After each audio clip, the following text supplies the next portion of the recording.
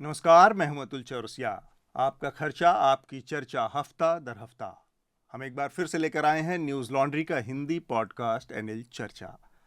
चर्चा में इस हफ्ते कई सारी बड़ी खबरें हैं, सुर्खियां हैं, जिन पर हम बात करेंगे और कुछ अनाउंसमेंट भी हैं हमारे सब्सक्राइबर्स के लिए, हमारे श्रोताओं के लिए। लेकिन सबसे पहले जो हमारे आज के चर्चा में शामिल होने वाले हमारे साथी हैं, मेहमान हैं, उनका परिचय करवा दूं मैं। ऑनलाइन हमारे साथ दो लोग जुड़े हैं। हमारे साथ स्मिता शर्मा है। स्मिता को आप लोग लगातार चर्चा में सुनते रहते हैं। अंतर्राष्ट्रीय मामलों में उनकी पत्रकारिता के बारे में आप लोगों ने जाना है, बहुत सारे विषयों पर आपने उनकी राय भी जानी है।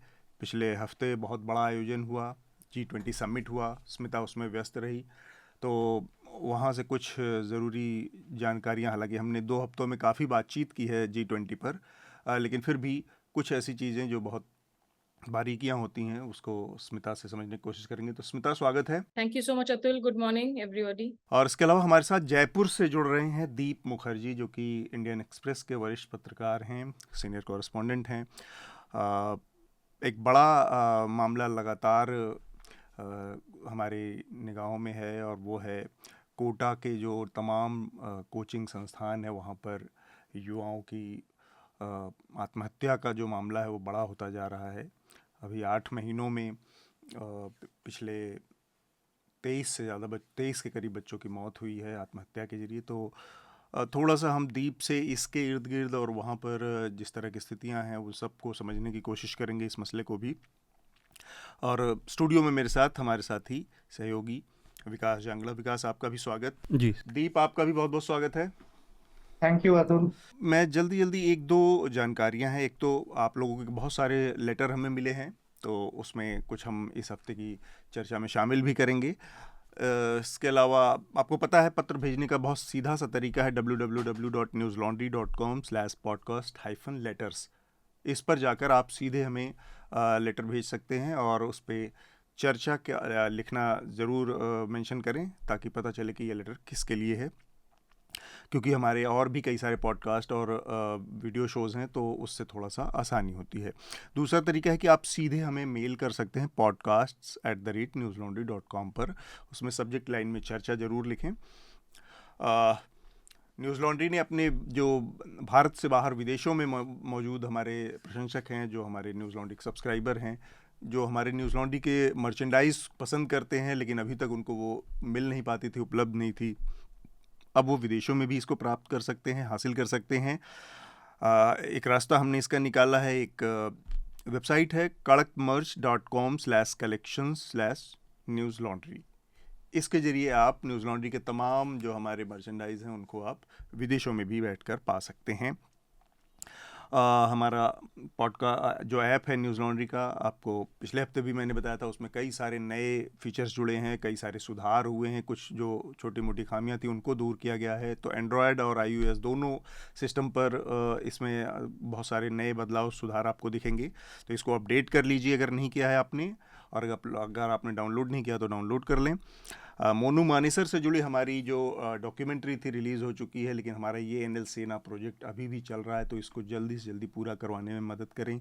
मोनू मानेसर, आपको पता है कि पिछले हफ्ते हरियाणा की पुलिस ने उन्हें गिरफ्तार किया मानेसर के पास से, और उसके बाद उन्हें राजस्थान की पुलिस को सौंप दिया गया। नासिर जुनैद नाम के जो भरतपुर के 2 युवक थे, उनकी हत्या का आरोप है मोनू मानेसर के ऊपर। इसके अलावा और भी कई सारे आरोप हैं। जो नूह में हिंसा हुई, दंगा हुआ, उसमें भी मोनू मानेसर के वीडियो की एक भूमिका है काफ़ी समय से। तो ये न्यूज़ लॉन्ड्री की डॉक्यूमेंट्री है, इसमें हमने मोनू मानेसर के साथ रहकर बहुत एक लंबा वक्त बिताकर, और उनकी पूरी जो कार्यप्रणाली थी, मोडस ऑपरेंडाई थी, जो उनकी टीम थी, उनके जो काम करने की जो स्टाइल थी, कौन कौन लोग थे, किस तरीके से उसमें टेक्नोलॉजी का कैसे इस्तेमाल ये लोग करते थे, तो ये सारी चीज़ें जो थी उसको बहुत करीब से देखा और समझा है। वो डॉक्यूमेंट्री आपके लिए उपलब्ध है। ये ज़रूरी जानकारियाँ थी। अब मैं जल्दी से सुर्खियों पर आता हूँ। एक तो सबसे बड़ी जो खबर है, जो मैंने शुरुआत में जिक्र किया कि राजस्थान के कोटा में एक कोचिंग सेंटर, जो कि एक बड़ा हब है कोचिंग सेंटर्स का, जहां पर बड़ी संख्या में छात्र इंजीनियरिंग और मेडिकल जैसे विषयों में पढ़ाई के लिए और उसकी तैयारी के लिए जाते हैं। वहां पर इस साल के 8 महीने जो अब तक बीते हैं, इसमें 23 बच्चों ने आत्महत्या की है। ये अपने आप में बड़ा चौंकाने वाला और चिंताजनक आंकड़ा है। तो इस समस्या पर हम बात करेंगे। इसके अलावा कल एक और बहुत बड़ा महत्वपूर्ण घटनाक्रम हुआ। इंडिया अलायंस, जो कि विपक्ष के 24-25 दलों का जो गठबंधन है, उसने 14 न्यूज़ एंकर्स जो हैं उनके नाम का ऐलान किया है और उनके बायकॉट का बहिष्कार की घोषणा की है। इनमें तमाम बड़े चैनलों के बड़े वो चेहरे हैं जिन्हें आप रोज़ देखते हैं। इस पर हम स्मिता भी टेलीविज़न में लंबा अरसा गुजार चुकी हैं। इस पूरी प्रक्रिया पर और क्या इसके सही हैं, क्या इसमें गलत है, इन तमाम पहलुओं को एक बार एक नए सिरे से देखेंगे कि ये जो इंडिया अलायंस की घोषणा है, इसमें मतलब एक बड़ा बटा हुआ सा नज़रिया सामने आ रहा है कि ये होना चाहिए था या नहीं। देखते हैं क्या होता है। इसके अलावा एक घटना उत्तर प्रदेश के मिर्ज़ापुर ज़िले से है और बड़ी महत्वपूर्ण घटना है, और कैसे पब्लिक मनी का जो कॉन्सेप्ट है हमारे यहाँ इतना कमज़ोर है, और कैसे जो सत्ताधारी वर्ग है या सत्ताधारी जो दल है, जो पावर में है, और जो पॉलिटिशियन है, कैसे उस चीज़ को एकदम फॉर ग्रांटेड लेते हैं या उस पर अपना हक समझते हैं, अधिकार समझते हैं। उसका एक उदाहरण है ये घटना। मिर्ज़ापुर ज़िले में एक गांव है लहुरिया डाह। यहाँ की डीएम थी दिव्या मित्तल। उन्होंने लगभग और ये जो लहुरिया डाह गांव है, यहाँ पर पानी नहीं आता था। हफ्ते में 1 दिन 2 दिन टैंकर से पानी की सप्लाई होती थी। तो उन्होंने एक सिस्टम बनाया और किसी तरह से उस गांव में पानी पाइपलाइन के ज़रिए पहुंचाया। और जब ये पानी जिस दिन पहुंचा है, उस दिन ये ख़बर मीडिया में आई, और उसके अगले दिन दिव्या मित्तल को पहले मिर्ज़ापुर से पूर्वी उत्तर प्रदेश के ही एक दूसरे ज़िले बस्ती में ट्रांसफ़र किया गया, और फिर वहाँ से उनको हटाकर वेटिंग लिस्ट में डाल दिया गया इंतज़ार करने के लिए। एक तरह से ये एक पनिशमेंट जैसा हो गया उनके लिए। वजह क्या रही, ये जानना भी बहुत दिलचस्प है। जो मैंने कहा कि पब्लिक मनी का जो कॉन्सेप्ट है हमारे यहाँ इतना कमज़ोर है कि लोग कैसे उसका मिसयूज़ करते हैं। जो मिर्ज़ापुर ज़िले के भारतीय जनता पार्टी के डिस्ट्रिक्ट प्रेसिडेंट थे, उन्होंने शिकायत की कि ये योजना, सरकार की योजना के तहत ये पाइपलाइन बिछी और ये पानी पहुंचा, और ये हर घर जल जैसी योजना जो हमारी केंद्र सरकार चला रही थी, उसके तहत ये सारे काम हुए थे। और डीएम साहिबा ने बिना किसी को बुलाए, बिना किसी जनप्रतिनिधि को इसमें वहाँ पर निमंत्रित किए, खुद ही इसकी घोषणा कर दी और इसको पानी पहुँचा दिया। इस बाबत उन्होंने मुख्यमंत्री योगी आदित्यनाथ और अपनी पार्टी के तमाम शीर्ष बड़े नेताओं को शिकायत भेजी। उसके बाद ये कार्रवाई हुई। अब इसका जो ज़्यादा निराशाजनक और चिंताजनक पहलू है, इस घटना के उनके सस्पेंशन के 3 दिन बाद उस पाइपलाइन को अज्ञात लोगों ने, अननोन्स लोगों ने तोड़ दिया, डिस्ट्रॉय कर दिया, और फिर से वो गांव पानी से विहीन हो गया। तो स्मिता, ये जो घटना है, किस तरह से जो पॉलिटिकल क्लास है कुछ चीज़ों पर कैसे नाक का मुद्दा बनाकर, और बहुत ज़रूरी जो लोगों के विषय हैं कि पानी जैसी ज़रूरी चीज़ जिससे 75 साल से एक गांव जूझ रहा था, वहाँ पानी पहुँच गई, लेकिन चूंकि नाक का मुद्दा था कि किसी को उसमें नहीं बुलाया गया, और वो सत्ता में है, तो वो पार्टी उसको या उसके नेता को लगता है कि मेरा वहाँ होना ज़रूरी था, मेरा फीता काटना ज़रूरी था। अगर मैंने फीता नहीं काटा तो उस पाइपलाइन को भी हटाया जा सकता है, तोड़ा जा सकता है, और डीएम को भी वहाँ पर रहने का हक नहीं है। ये पूरी जो व्यवस्था या जो पूरा जो घटनाक्रम है, इस पर आपकी क्या टिप्पणी है? कैसे देख रही हैं आप इसको? अतुल, ये ना सीधे तौर पर एरोगेंस ऑफ पावर है। जब आप लंबे समय से आप सत्ता में रहते हैं या लंबे समय में नहीं भी रहते हैं, पावर बहुत जल्दी जो है करप्ट करता है, इंसान को भ्रष्ट करता है। और सबसे बड़ी जो बात हो गई है आज की तारीख में, मुझे लगता है कि जहां हम एक चुनाव से दूसरे चुनाव की ओर भागते रहते हैं, लोगों की जो नेता हमारे समाज से ही नेता बनकर उभर रहे हैं, जो एम्पैथी होनी चाहिए, जो सिंपैथी होनी चाहिए, वो मिसिंग है। क्योंकि कहीं ना कहीं जो आपको इस बात पर भरोसा है कि मैं वोट आज की तारीख में सिर्फ और सिर्फ वो मशीन में जो वोट डाले जा रहे हैं उसके आधार पर नहीं जीत रहा हूं, मैं वोट दरअसल सत्ता के बल पर जीत रहा हूं, मैं मसल पावर पर जीत रहा हूं, मैं जातीय समीकरण पर जीत रहा हूं। तो ये बड़ी दिलचस्प बात है कि इस वक्त ये जो फिल्म जवान है, जो जलवा मचाए हुए हैं थिएटर्स में शाहरुख खान की, और सारी की सारे राजनीतिक दल, आम आदमी पार्टी, कांग्रेस, बीजेपी, वो एक दूसरे पर जो है पॉट शॉट्स ले रहे हैं जवान का जिक्र करते हुए कि देखो जवान में जो है तुम्हारे भ्रष्टाचार पर सवाल खड़ा किया गया है, देखो जवान में जिस सिस्टम पर सवाल खड़े किए गए हैं वो सिस्टम दरअसल तुम्हारी पार्टी का है। लेकिन ये मतलब सुनने को लगेगा कि हम स्टीरियोटिपिकल फ्रेजेस यूज कर रहे हैं। ये दिक्कत हो गई है कि हमाम में सब नंगे की तमाम राजनीतिक दलों में ऐसे ऐसे पार्टी में लोग आ चुके हैं जो जो बहुत ज्यादा कॉन्फिडेंट हैं कि भाई ठीक है, अगले चुनावों तक जरूरी नहीं है कि ये लोग जाकर मेरी पार्टी को वोट देते हैं या नहीं, उसके आधार पर ही मैं जीतूंगा, बल्कि काफी सारी चीजें हैं जिसके जरिए मैं दरअसल वोट को मैनिपुलेट कर सकता हूँ, इफेक्ट कर सकता हूँ। तो ये सिंपल तौर पर जो एरोगेंस ऑफ पावर है। ठीक बात। दीप, एक अधिकारी जी जो आता है शुरुआत में बहुत आइडियलिस्ट होता है, बहुत सारे उसके अंदर भावनाएं होती हैं कि वो he is there to serve the country. जी उसको अचानक से इस तरह की पॉलिटिकल उसमें स्लगफेस्ट में या खींचतान में और जो उसको कहते हैं ईगो टशल में फंसा दिया जी जाता है, उस पर आपकी क्या टिप्पणी है? जी देखिए, कॉन्सिस्टेंटली देखा गया है कि जैसे कुछ भी, जैसे शिलान्यास की काम हो या कोई और काम हो, उसमें पॉलिटिशियंस, इवन जो एकदम ही लोकल लेवल के हैं, जैसे कोई पंचायत के मेंबर हैं या सरपंच है कोई गांव के, वो हमेशा क्रेडिट लेने के लिए वो रेडी रहते हैं, क्योंकि इसको वो एक तरह से चुनावी लीवरेज की तरह यूज करते हैं। हाँ।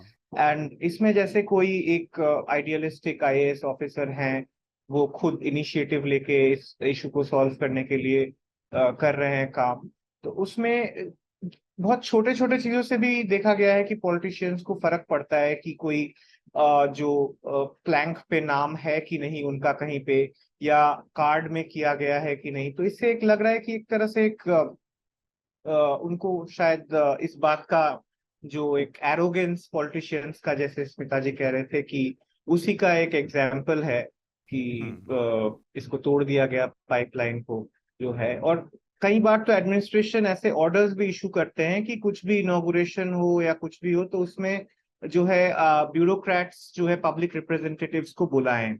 वैसे भी बुलाते हैं, ये एक जनरल नॉर्म है, बुलाते हैं, बट हर काम के लिए तो नहीं बुलाना, ऐसा कुछ जरूरी नहीं कि आप बुलाए। बट इसमें दिख रहा है कि किसी ने अपने ईगो पे ले लिया होगा या जो है, इससे एक मोरल जो है डाउन तो डेफिनेटली होता है ब्यूरोक्रेट्स का, जबकि ऑलरेडी काफी सिस्टम जिस हिसाब से है सबसर्विएंट रहना पड़ता है। हाँ, ठीक बात। विकास, इसमें एक और चीज़ है जिस पर मैं आपसे की कमेंट्री चाह रहा हूँ कि डेमोक्रेसी में जो, जैसा दीप ने भी कहा कि एक ऐसा एक पैटर्न रहा है या ऐसा एक परंपरा जैसी रहती है कि जो पब्लिक रिप्रेजेंटेटिव, जो जनप्रतिनिधि है, उसको एडमिनिस्ट्रेशन इस तरह की चीज़ों में आमतौर पर बुलाता है। तो और उसका एक तरह का राइट भी है कि वो उस इलाके का कोई एमपी है, कोई एमएलए है, वो रहता है। इस मामले में क्या ऐसा हो सकता है कि उन्होंने जानबूझकर अनदेखी की? अब हम ये तय नहीं कर सकते कि उन्होंने क्या किया होगा उस अटकल में जाने के बजाय, लेकिन लगता है कि थोड़ा सा इस मामले में चूक हो गई और इसको उस तरह से देखा जाना चाहिए था। हालांकि जब हम लार्जर पब्लिक इंटरेस्ट देखते हैं तो सबसे ज़रूरी था वो पानी, और वो पानी जिस तरह से उनके विस्थापन या उनके ट्रांसफ़र के बाद उस पाइपलाइन को तोड़ दिया गया और फिर से वो कर दिया गया, तो वो बताता है कि उसके पीछे विंडिक्टिवनेस बहुत ज़्यादा है। फिर भी बुला सकती थी, ये गलती हो गई पब्लिक रिप्रेजेंटेटिव को इन्वॉल्व नहीं करना एक डेमोक्रेटिक सिस्टम में। देखिए, दो चीज़ें हैं। एक तो ये कि जो हमारे पास अभी जानकारी है इस रिपोर्ट के हिसाब से, तो शुरुआत में तो ऐसा ही लग रहा है कि पॉलिटिकल वेंडेटा का मामला है कुछ, और लग रहा है कि ईगो पे ले लिया है, और ऐसा है कि एडमिनिस्ट्रेशन की ओर से लगता है कि गलती हुई है। लेकिन उसमें ये भी देखना पड़ेगा कि क्या वैसा मामला था या नहीं, जनप्रतिनिधि को वहाँ बुलाने लायक चीज़ थी भी या नहीं। नॉर्मली जैसे जनप्रतिनिधि अगर आप बात करें, एक गांव का छोटा सा मामला है, छोटी सी पाइप का मामला है, तो उस लिहाज से हो सकता है कि दिव्या मित्तल जी ने सोचा हो, डीएम ने, कि इतना बड़ा मुद्दा नहीं है एक गांव में पानी पहुंचाने का। लेकिन बाद में जब खबर बन गई और मीडिया में आ गया, तो और ये भी मीडिया में क्या है, इंडियन एक्सप्रेस ने चूंकि उसको उठा लिया और नेशनल लेवल पे हो गया, तो ये बड़ी बात होगी। वरना इस तरह की खबरें ट्रांसफर की खत्म ही हो जाती है, ये चीज़ है। और ये यूपी में ऐसा पहला मामला तो है नहीं, हमने इससे पहले देखा जब कावड़ियों का मामला हुआ था, तब वो डीएम का ट्रांसफर हो गया था। हाँ, उनका भी। कार्रवाई तो करने के हाँ, लिए। कार्रवाई करने के लिए कि आपने यहाँ से यात्रा नहीं निकलने दी। तो इसके पीछे एक एजेंडा भी है, बहुत सारी चीज़, इनडायरेक्ट मैसेजिंग भी है, डराने की, धमकाने की, ब्यूरोक्रेसी पर ये समझाने की कि आप हमारे लिए हैं, हमारे यहाँ काम करने के लिए। ये बहुत तो इम्पोर्टेंट चीज़ है कि जी एक तो पूरी तरह से उनको ये मैसेज है कि आपको किसके इशारे पर काम करना, किस तरह से काम करना, और उसमें भी सही गलत के आधार पर फैसले नहीं लेना है। नहीं लेना। पार्टी के सोच के आधार पर या जो सत्ताधारी दल है उसकी सोच के आधार पर फैसले लेना है, जो बरेली वाली घटना का वही जिक्र कर वही रहे हैं सर। कि शाम होते होते उनका ट्रांसफ़र कर दिया गया क्योंकि उन्होंने एक इलाके से कोई जुलूस नहीं निकलने दिया क्योंकि उनको आशंका थी कि दंगा हो जाएगा। तो इसमें भी वही हो सर, जैसे 30 तारीख को पानी आया, फिर 1 अगस्त तो पूरा सब जगह दिव्या मित्तल जी का नाम पहुंच गया कि डीएम ने 70 साल बाद पानी पहुंचाया। हाँ, और जब 2 वो 3 स्टोरी 4 हाईलाइट हुई तारीख तो को तो 1 तारीख को फिर उनका ट्रांसफ़र हुआ। बातचीत को, चर्चा को आगे बढ़ाते हैं और शुरुआत करते हैं जो कि पहला जिसका जिक्र मैंने किया कि कोटा में इस साल के 8 महीनों में करीब 23 के आसपास बच्चों की ने आत्महत्या की है। और कोटा राजस्थान का एक शहर है। एक समय पर कोटा अपने कल कारखानों के लिए मशहूर था। अभी वहाँ पर बड़ी संख्या में ऐसे कोचिंग सेंटर्स हैं, एक बड़ा हब है तैयारी करने वाले छात्र 12वीं के बाद छात्र छात्राओं के लिए, जो कि इंजीनियरिंग और मेडिकल से संबंधित क्षेत्र में एडमिशन के लिए जाते हैं। तो ये जो नंबर है दीप, इस बार अचानक से बहुत चिंताजनक रूप से बढ़ गया है, या इससे पहले भी कमोबेश इसी तरह के हालात रहते थे? और इसको लेकर जहाँ तक मेरी जानकारी है राजस्थान सरकार ने एक कमेटी भी बनाई थी, लेकिन क्या जी कमेटियाँ इस तरह की चीज़ों का, मतलब ठीक है कमेटी स्टडी कर सकती है, कुछ सुझाव दे सकती है, पर वो सुझाव और वो कमेटियाँ इस समस्या का समाधान किस हद तक हो सकती हैं, उस पर भी हम बात करेंगे। पहले सबसे ये जो समस्या अभी कितनी बड़ी है? जी, देखिए इसको समझने के लिए पहले कोटा के स्ट्रक्चर और इकोनॉमी के बारे में थोड़ा मैं बता दूं कि कोटा का जो कोचिंग स्टूडेंट जो इंडस्ट्री है वो एस्टिमेटेड अराउंड 10,000 to 12,000 करोड़ के वर्थ का है। हम्म। और अभी तक देखा गया जैसे इस साल जितने 8 साल में सबसे ज्यादा सुसाइड्स इस साल हुए हैं, लेकिन अगर हम पिछले कुछ सालों के डेटा को देखें तो 2018 में भी 20 स्टूडेंट सुसाइड्स हुए थे। एंड उससे पहले 2016 में 16 स्टूडेंट सुसाइड्स हुए थे। सिर्फ 2 सालों में 2020 में, क्योंकि कोविड-19 पैंडेमिक उस टाइम था, उससे पहले ही 4 सुसाइड हो गए थे जब तक कि स्टूडेंट्स कोटा से निकलते। एंड 2021 में कोई सुसाइड नहीं हुए थे क्योंकि उस टाइम स्टूडेंट्स थे नहीं कोटा में मौजूद। और अभी जैसे एक खबर काफी पब्लिसाइज हुआ कि कोटा एडमिनिस्ट्रेशन ने कंपलसरी किया है एक स्प्रिंग लोडेड फैन हर हॉस्टल हाँ, में इंस्टॉल करने के लिए, जिससे कि स्टूडेंट अगर सुसाइड बाय हैंगिंग की कोशिश करते हैं तो वो फैन कोलैप्स कर जाएगा। तो इस टाइप का जो एक इनिशिएटिव है ये 2017 में भी वहाँ के हॉस्टल एसोसिएशंस और इन्होंने जो है शुरू किया था, पर इस बार एडमिनिस्ट्रेशन ने ऑर्डर किया है। तो मेन जो इशू है वो ये है कि बहुत ज्यादा स्टूडेंट्स कोटा में अभी पढ़ रहे हैं, मोर देन 2 लाख स्टूडेंट्स। और ये सभी जो है अलग अलग प्रांत से आते हैं देश के जो है, और कई बार छोटे शहरों से आते हैं, और एक अनफैमिलियर एनवायरनमेंट में आके ये लोग वहाँ पे पढ़ते हैं जहाँ पे फैमिली से दूर रहते हैं। जैसे एक स्टूडेंट जिसने अभी पिछले महीने सुसाइड किया था वो गया का रहने वाला था, बिहार का, 18 साल का हुआ था अभी जो है। और उसमें उसके फादर से मैंने जब बात किया तो उन्होंने कहा कि वो किसी से बात नहीं करता था आसपास जो उसके हॉस्टल में और स्टूडेंट्स थे। तो उसके फादर ने भी उसको एनकरेज किया था कि आप बात करो आसपास, थोड़ा दोस्त बनाओ। तो उसने बताया था कि पापा डर लगता है, बाहर है, किसी पे भरोसा नहीं कर पाते कि बाहर आए हुए यहाँ पे विदेश में आए हुए हैं, ऐसा उसका कहना था। कि वो पूरी जिंदगी गया में पढ़ा, उसके बाद अचानक कोटा में आ गया। जी। तो और जब स्टूडेंट्स तो एज यंग एज जैसे 14 साल के हैं वो भी आ जाते हैं, क्लास 9 के जो स्टूडेंट्स हैं, तो एक सिस्टम देखा गया है डमी स्कूल्स का। तो ये एक बड़ा रीजन है कि जो मेन स्ट्रीम से स्टूडेंट्स कट जाते हैं। डमी स्कूल का ये सिस्टम है कि जैसे आप क्लास 9 से ही जेई या नीट के प्रिपरेशन करना शुरू कर देते हैं कोचिंग सेंटर्स, हाँ तो कोचिंग सेंटर्स में जैसे 6 घंटे का तो मिनिमम शेड्यूल होता है, उसके बाद टेस्ट भी होते हैं, होमवर्क भी होता है। तो आप रेगुलर जो स्कूल लाइफ है वो आप जा नहीं सकते, स्कूल में क्लासेस कर नहीं सकते। तो ऐसे में कई स्कूल्स है, कोटा में भी है और कोटा के बाहर भी है, जो आपको एनरोल तो कर लेंगे एज अ रेगुलर स्टूडेंट, लेकिन आपको स्कूल जाने की जरूरत नहीं होती। एग्जाम दे दिए जाके बस। बिल्कुल, सिर्फ एग्जाम देने जाएंगे। तो इससे क्या होता है कि पूरा ही मेन स्ट्रीम जो एक स्कूल लाइफ है उससे कट ऑफ हो जाता है, स्पोर्टिंग एक्टिविटीज, फ्रेंड्स, उसका एक मैकेनाइज शेड्यूल से सिर्फ वो जुड़ जाते हैं, जहाँ पे कोचिंग में जाएं और टेस्ट करें और प्रिपरेशन करें। इसी से एक बहुत एक तनाव आता है। और एक चीज और इनके दिमाग में काफी जो रहती है वो ये है कि इनके पेरेंट्स जो कई वर्किंग क्लास से भी आते हैं, मिडिल क्लास से भी आते हैं, लोअर मिडिल क्लास से भी आते हैं, वो अपनी पूरी जिंदगी के सेविंग्स जो है बच्चों के पीछे वो दे देते हैं कोचिंग सेंटर्स में, क्योंकि मिनिमम फी तो एटलीस्ट 1 लाख तो है ही एक हाँ हाँ साथ। तो उनके दिमाग में एक गिल्ट भी एक काम करता है, अगर उनका जो है साइंस पढ़ने का इच्छा नहीं है तो नहीं कर पाते। वो ठीक एक बात बड़ा है। रीजन। तो विकास, जी। आप इस पर क्या कहना चाहेंगे, जो बच्चों की ये समस्या है ये? कुछ हद तक तो दीप जी ने बताया ही कि क्या समस्याएं हैं। और जिस तरीके से उन्होंने बताया कि स्प्रिंग वाले पंखे लगाए गए हैं, तो उसमें एक चीज़ ये है कि अभी जालियां भी लगाई जा रही हैं जो बाहर बालकनी है, ताकि वहाँ से भी बच्चे ना कूदें। लेकिन इस चीज़ को एड्रेस नहीं किया जा रहा है। जैसा कि उसमें फिल्म है 3 इडियट, उसमें डायलॉग भी है कि वो तो दिखता है कि गला दबा है, रस्सी दब, वो तो दिखता है, लेकिन मेंटल प्रेशर नहीं दिखता।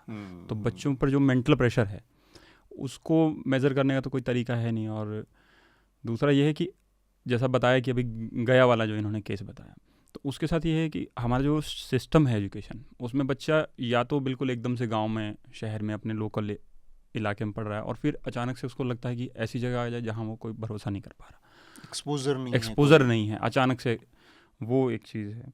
और कुछ रीज़न उसमें 2-4 रीज़न और भी हैं, जैसे प्रेगनेंसी का एक रीज़न है, और ब्रेकअप, ये इस तरीके के रीज़न भी है वहाँ। इवन जो कमेटीज़ हैं जिन्होंने फाइंड आउट किया था, तो उसमें ये भी रीज़न दिया था कि ये भी एक रीज़न है। एक्सपेक्टेशन और बच्चों पर दबाव तो रीज़न है ही। तो ये सारी चीज़ें हैं। और मुझे लगता है कि थोड़ा सा मेंटल एबिलिटी जो है हम बच्चों की जिस तरीके से कम होती जा रही है। जैसे मुझे अपनी पढ़ाई का दौर याद आता है, जब हम थे तो हम पिटते भी थे, सब चीज़ें होती थी, लेकिन कभी वैसा स्ट्रेस नहीं लगा। अब बच्चों को उस तरीके से क्या कहा, ढाला नहीं जा रहा। वो फिजिकली भी कमज़ोर होते जा रहे हैं, मेंटली भी कमज़ोर हो रहे हैं। तो वो भी मुझे लगता है कि एक बड़ा रीज़न है।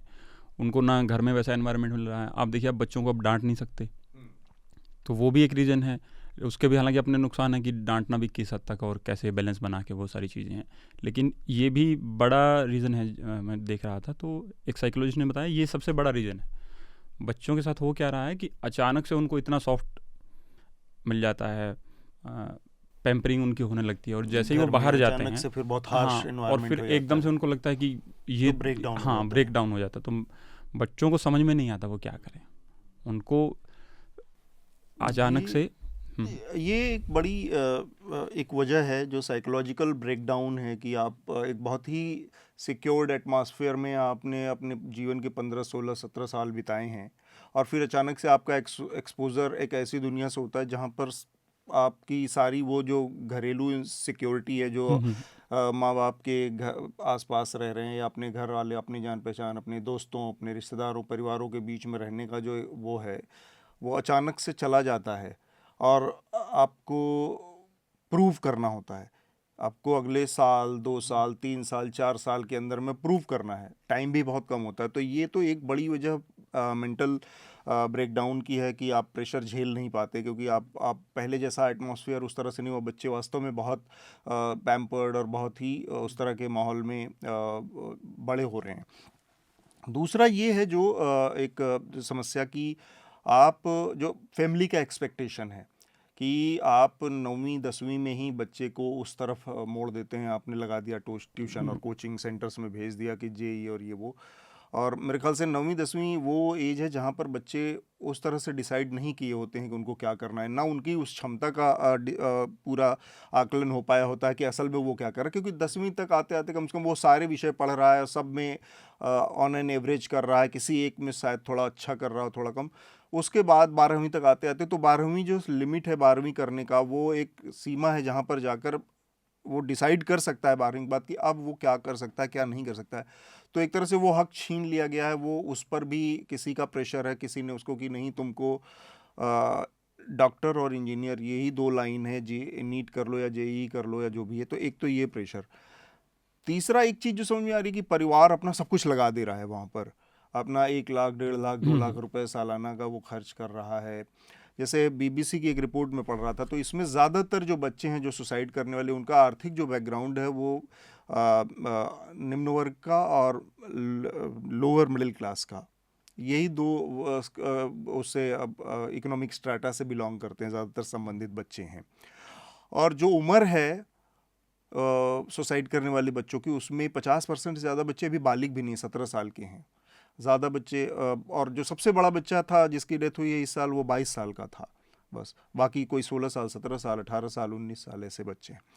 तो उस बच्चे के ऊपर इतना प्रेशर है कि मेरे बाप 2 लाख रुपए 1.5 लाख रुपए 1 लाख रुपए महीने का सालाना लगा रहे हैं, मुझे अगले 1-2 साल में प्रूव करना है, नहीं हो पाया तो क्या होगा। तो ये सारी चीज़ें मिल के कहीं ना कहीं एकदम एक बड़ी होपलेस सिचुएशन बना रही हैं, जो कि इस उम्र के बच्चों की इस उम्र में इस उम्र के लिए ठीक नहीं है, इस बर्डन को झेल पाना, इसका सामना कर पाना। स्मिता? अतुल, इसमें 2-3 चीजों का मैं जिक्र करूंगी। एक तो देखिए, ये जो इंजीनियरिंग मेडिकल आज की तारीख में हमारे जॉब ऑप्शंस प्रोफेशनल चॉइसेस काफी ज्यादा हैं कंपेयर टू 2 दशक पहले जो हमारे पास अवेलेबल थे ऑप्शंस। लेकिन फिर भी अगर भारत आज 1.4 अरब लोगों का एक देश है, सबसे ज्यादा पॉपुलेटेड देश है पूरे दुनिया भर में, नौकरियां उस हिसाब से नहीं है। और जो ज्यादातर सरकारी नौकरियां हैं वो अभी भी इंजीनियरिंग और मेडिकल के क्षेत्र में ही हैं। तो ये जो छोटे गांवों से दूर दराज के क्षेत्रों से टाउन जो आपकी टाउन बी हैं, टीयर 2 सिटीज हैं, टीयर 3 सिटीज है, यहाँ से जो बच्चे आते हैं कृषि से ये दूर हो चुके हैं। और कृषि से दूर होकर जो बच्चे, जिनको लगता है कि हम पूरी तरीके से, हमारी भाषा पर शायद पकड़ नहीं है, हमारी अंग्रेजी मीडियम में स्कूलिंग नहीं हुई है, वो भी एक दिक्कत है कि उस तरह की high profile white collar jobs हमें मिलेंगे या नहीं मिलेंगे सरकारी नौकरियों का। इसीलिए आप देखते हैं कि जब जब एक सरकारी पोजीशन क्लर्क का भी खुलता है तो करोड़ों के लेवल पर जो है एप्लीकेशंस आते हैं। तो ये तो बात होगी कि क्यों इन जॉब्स के लिए प्रेशर है। दूसरी बात है, मेरी भांजी डीयू में पढ़ती है अतुल, और वो सिविल सर्विसेज की तैयारी कर रही है करोल बाग में पीजी में रहकर। तो मैं देखती हूँ उसके साथ भी जो ये छोटे छोटे शहरों से बच्चे वगैरह आए हैं, क्योंकि मैं बंगाल से हूँ, भांजी झारखंड से हैं, इन सारे बच्चों का ना, आप परिवार से दूर होते हैं, बड़े शहर में एक पीयर प्रेशर आपका अलग बनने लगता है, सोशल मीडिया पर अलग प्रेशर है आज की तारीख में। आप जो लगातार इंस्टा रील्स में उलझे हुए हैं, आपका दिल कह रहा है कि मैं लगातार इंस्टा रील बनाऊं, दूसरी तरफ दिमाग कह रहा है कि नहीं भाई, परिवार वालों का इतना कर्ज है, पढ़ाई करो। ये जो एक लगातार एक पर्सनालिटी कॉन्फ्लिक्ट हो रही है बच्चों में, समथिंग एज सिंपल एज कि आपको जब खाना लगातार आप सही नहीं खाते हो, यहाँ आने के बाद से पिछले कुछ महीनों में मेरी भांजी की तबीयत शायद दिल्ली में आकर 4 बार गंभीर रूप से खराब हुई है। इन सब चीजों का जब अमेलगमेशन होता है, और उसमें जो सबसे बड़ी बात है कि मेंटल हेल्थ को लेकर अभी भी आज बड़े शहरों में मेंटल हेल्थ को लेकर बात होती है, लेकिन आप बड़े शहरों, आप छोटे शहरों को तो भूल जाएं, खुद हमारे न्यूज रूम्स में भी हम संजीदा तरीके से मेंटल हेल्थ पर बात नहीं करते। जब वो तस्वीर दिखाई जाती है कि वो शख्स जो है पंखा हटा रहा है और उसमें फांसी टांग कर कोशिश कर रहा है कि वेट ले पा रहा है या नहीं, अधिकारी जाकर, कॉपी कैट सुसाइड्स होते हैं जिनके बारे में बार बार साइकाट्रिस्ट साइकोलॉजिस्ट बात करते हैं। ये जिन गांव जिन शहरों से आ रहे हैं, वहां मेंटल हेल्थ को अभी भी टैबू माना जाता है। परिवार वाले कहेंगे कि पागल हो गए हो क्या, मेंटल हेल्थ का जहां आप जिक्र करोगे। तो वो, और डिमांड एंड सप्लाई बहुत बड़ा गैप है। साइकोलॉजिस्ट साइकाट्रिस्ट जो मिलते हैं वो काफी महंगे होते हैं। तो ये काउंसलिंग 2-3 स्तर पर होने की जरूरत है। देखिए, कॉर्पोरल पनिशमेंट या फिजिकल वायलेंस बच्चों को डिसिप्लिन करने के लिए मैं उसके सख्त खिलाफ हूँ। मेरे साथ वैसा हुआ है, मारपीट हुआ है, मुझे थप्पड़ पड़ी है, ठीक है, मैं मजबूत पर्सनालिटी हूँ, लेकिन ये दूसरों के साथ नहीं होनी चाहिए। आप क्रिएटिव तरीके ढूंढे कि बच्चों को आप कैसे अनुशासित कर सके, कैसे आप रेड लाइंस ड्रॉ कर सके। लेकिन ये काउंसलिंग स्कूलों में वो प्रावधान नहीं है हमारे पास कि जो 9th 10th ग्रेड के बच्चे, जहां प्रेशर बढ़ना शुरू हो, उनके साथ आप कर सकें। जो टीचर्स है कोटा में अतुल, आई एम श्योर कि बहुत सारे ऐसे टीचर्स हैं जो कंस्ट्रक्टिव क्रिटिसिज्म की जगह रूथलेस प्रेशर में इन्वॉल्व करते हैं, क्योंकि वो भी खुद वही देखकर बड़े हुए हैं, कॉर्पोरल पनिशमेंट देखकर बड़े हुए हैं। उनको लगता है कि अगर जो मेरे साथ हुआ है मैं बच्चों के साथ नहीं करूंगा तो बच्चे जो है वो सीरियसली नहीं लेंगे पढ़ाई को। तो ये जब अशोक गहलोत सरकार ने कहा कि 2 महीने के लिए एग्जाम्स बंद कर दीजिए, कुछ आई थिंक काउंसलिंग लाइंस खोले थे, दीप को पता होगा कि पता नहीं वो ऑपरेट करते हैं या नहीं, या उनका कितना इस्तेमाल होता है, लेकिन वो काउंसलिंग की बहुत जरूरत है, both at the level of parents, at the level of students, as well as at the level of जो कोचेस हैं कोटा में, कि what are you doing. And ये कॉपी कैट जो सुसाइड्स है ना, ये बहुत डेंजरस है, इसलिए इनके लिए बहुत जरूरी होता है कि जब न्यूज में भी ये रिपोर्ट हो तो आप साइकाट्रिस्ट से बात करें, आप इसको जो है संजीदगी से WHO की गाइडलाइंस के तहत आप रिपोर्ट करें, नहीं तो ये केसेस नहीं रुकने वाली है। स्मिता ने कहा कि काउंसलिंग लाइंस वाला, तो काउंसलिंग लाइंस ऑपरेट हो रहे हैं, बट जो वॉल्यूम स्टूडेंट्स का है, जो नंबर है, वो इतना ज्यादा है, इसलिए एडमिनिस्ट्रेशन के पास ना इतना इंफ्रास्ट्रक्चर है या ना इतने काउंसलर्स है। वही तो डिमांड सप्लाई गैप। आप बिल्कुल। भारत में एक साइकाट्रिस्ट के पास अगर आप जाएंगे, 1 घंटे का सेशन इज एटलीस्ट 5,000 रुपए, ठीक बात। जो किसी भी एक आम परिवार के इंसान के लिए काफी महंगा है, आप नहीं कर सकते हैं अफोर्ड उसे। आप 2 बार ही जाएंगे मुश्किल से, उसके बाद तीसरी बार कहेंगे कि रहने दो, मैं ठीक फील कर रहा हूँ। हम वीडियो का सेशन जो है इस चर्चा का यहीं पर रोकेंगे। पॉडकास्ट ये जारी रहेगा जिस भी प्लेटफॉर्म पर आप सुनते हैं, स्पॉटिफाई, एप्पल, गूगल, जहाँ पर भी, और हमारी वेबसाइट पर भी आप इसको सुन सकते हैं, वहाँ पर आप इस पॉडकास्ट को आगे सुन सकते हैं। नमस्कार। पत्रकारिता का नासूर बन चुके विज्ञापन के मॉडल को खारिज करके खबरों की इस दुनिया को बदलिए ताकि पत्रकारिता आपके लिए जवाबदेह बने। newslaundry.com/subscription पर क्लिक कीजिए और अपने मन मुताबिक पेमेंट का विकल्प चुनिए, क्योंकि हमारे सब्सक्राइबर्स का नारा है, मेरे खर्च पर आजाद हैं खबरें।